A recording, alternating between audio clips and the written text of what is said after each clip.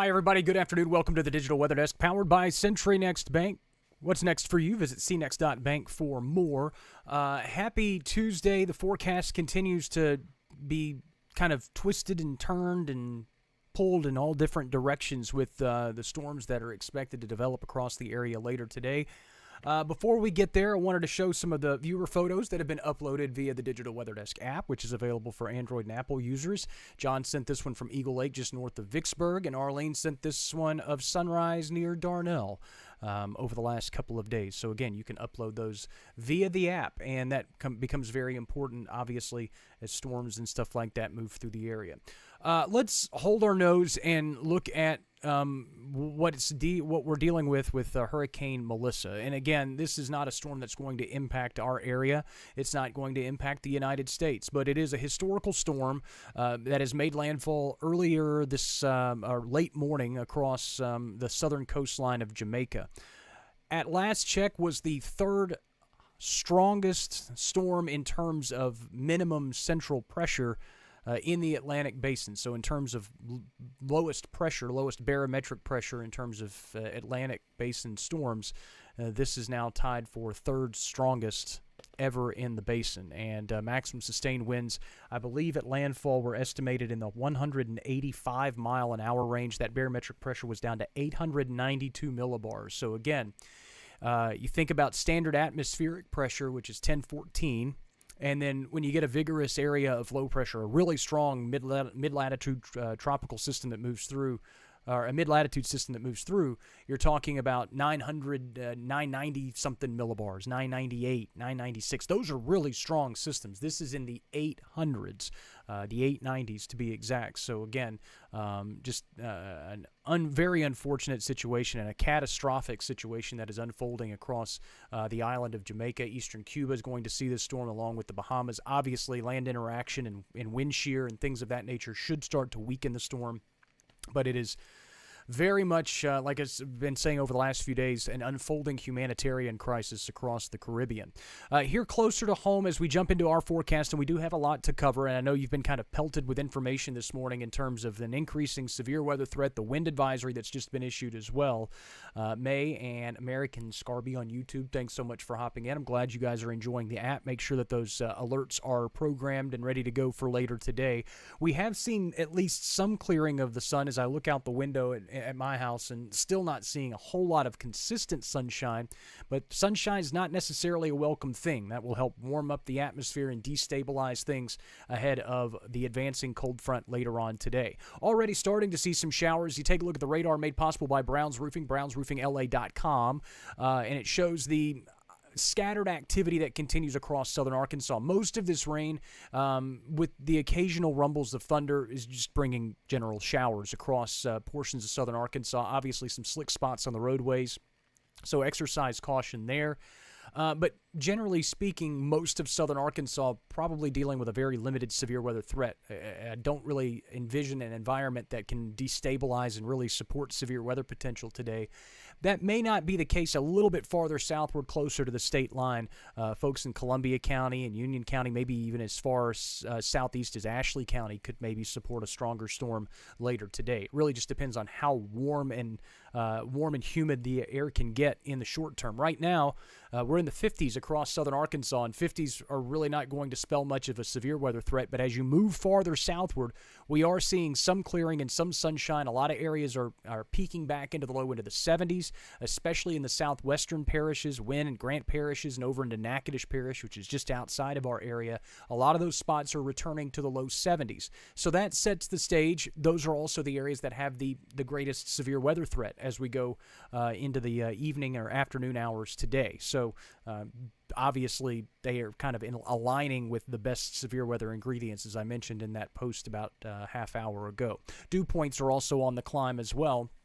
Generally thinking that dew points higher than 55 degrees can support severe thunderstorms, but generally you want dew points higher than 60 degrees if you want severe storms. Not that we want those, but again, the environment would prefer to see dew points 60, 65 or higher to really support severe weather potential. In an environment like today, I think anything over 55, 60 degrees could probably support some thunderstorms. But when you get above 60, that's when you start looking at the possibility of some organized severe potential. And those dew points will start to increase as we go through the day. Winds out of the southeast as an area of low pressure deepens at the surface, and that will help to kind of boost wind shear values in the low levels of the atmosphere, and that could lead to an isolated tornado threat with any storms that can develop later today. I know we talked about hail yesterday, but the wind and tornado threats will exist to a certain degree as we go through the afternoon and evening.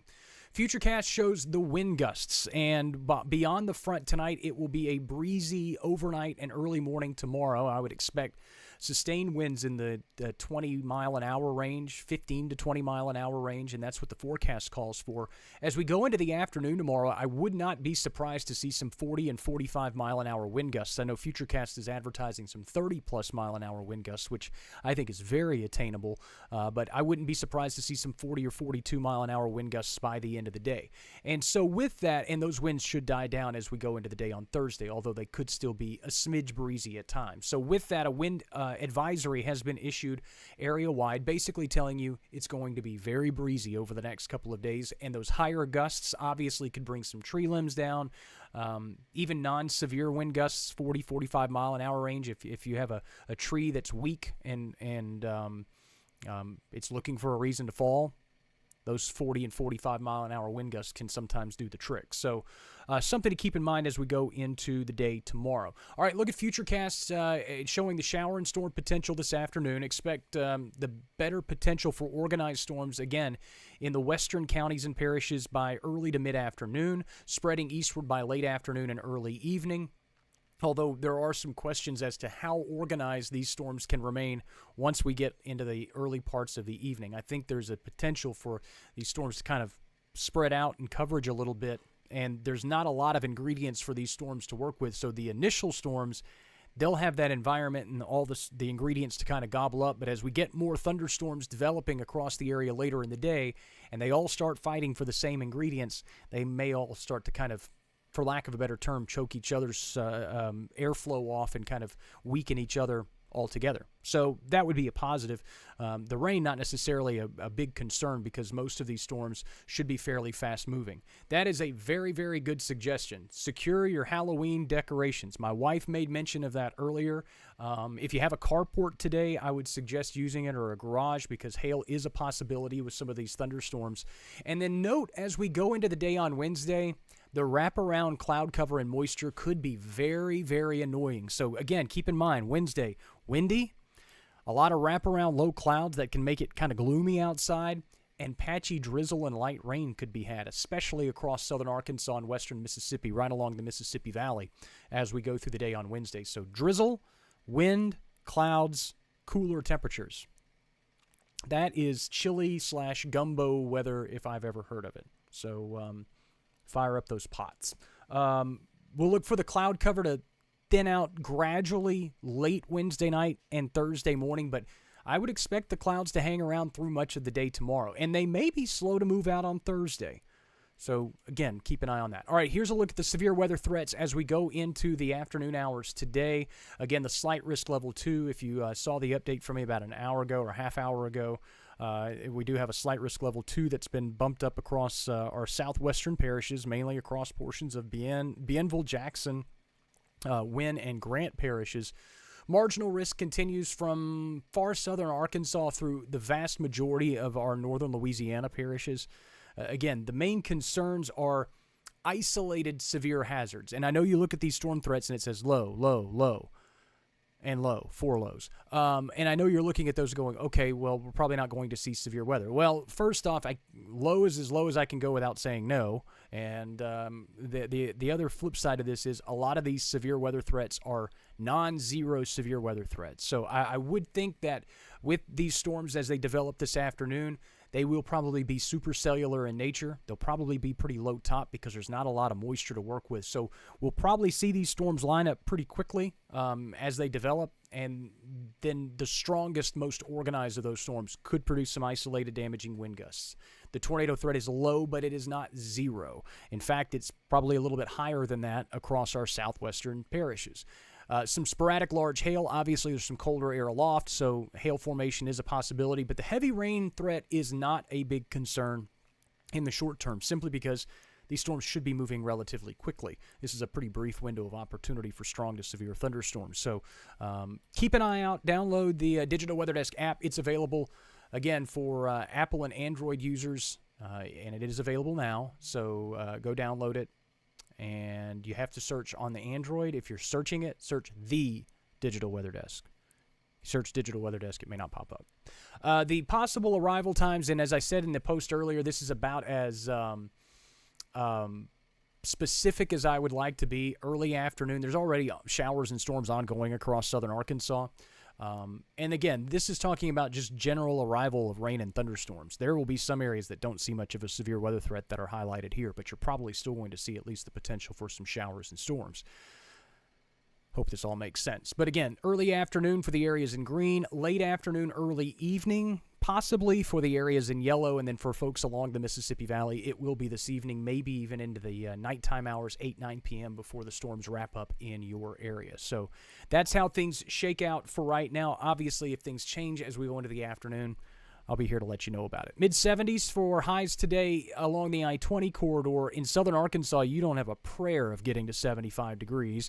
And in the southern parishes and counties, a lot of areas may actually top out in the upper end of the 70s, with the showers and storms not arriving until late. So, again, a wide array of temperatures as we go through the day. Lows tonight will be quite cool to near 50, upper 40s for some, and the winds start to kick up out of the west-southwest, becoming northwest as we go through the day tomorrow. And again, the clouds do not budge much for your Wednesday. Be prepared for it to be cloudy, drizzly, gross, and windy, with temperatures struggling to get out of the 50s.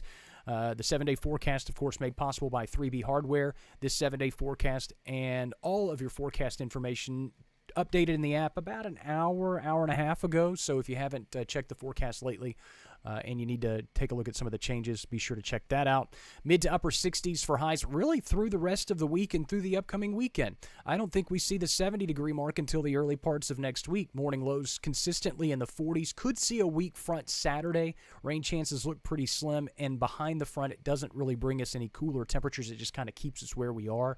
And don't forget, we will lose an hour of daylight this weekend as the clocks fall back. All right, that's a look at the forecast as we go into this severe weather setup for the afternoon. Again, not everyone's going to see severe thunderstorms. There's a good chance that not everyone even sees rainfall today, but where we do see the storms, they could get rather aggravated rather quickly. So stay weather aware, be alert to rapidly changing weather conditions. Of course, your latest forecast always available at digitalweatherdesk.com. And of course, don't forget to download the app, have that ready to go later today. If you need help programming those alerts, there is a video on my Facebook page, Instagram page, things like that. You can scroll down a little bit and you'll see it. It says App 101, Customizing Alerts. At least that's what I think I titled it. Anyway, thanks so much for stopping by. As always, I'm so glad you're here.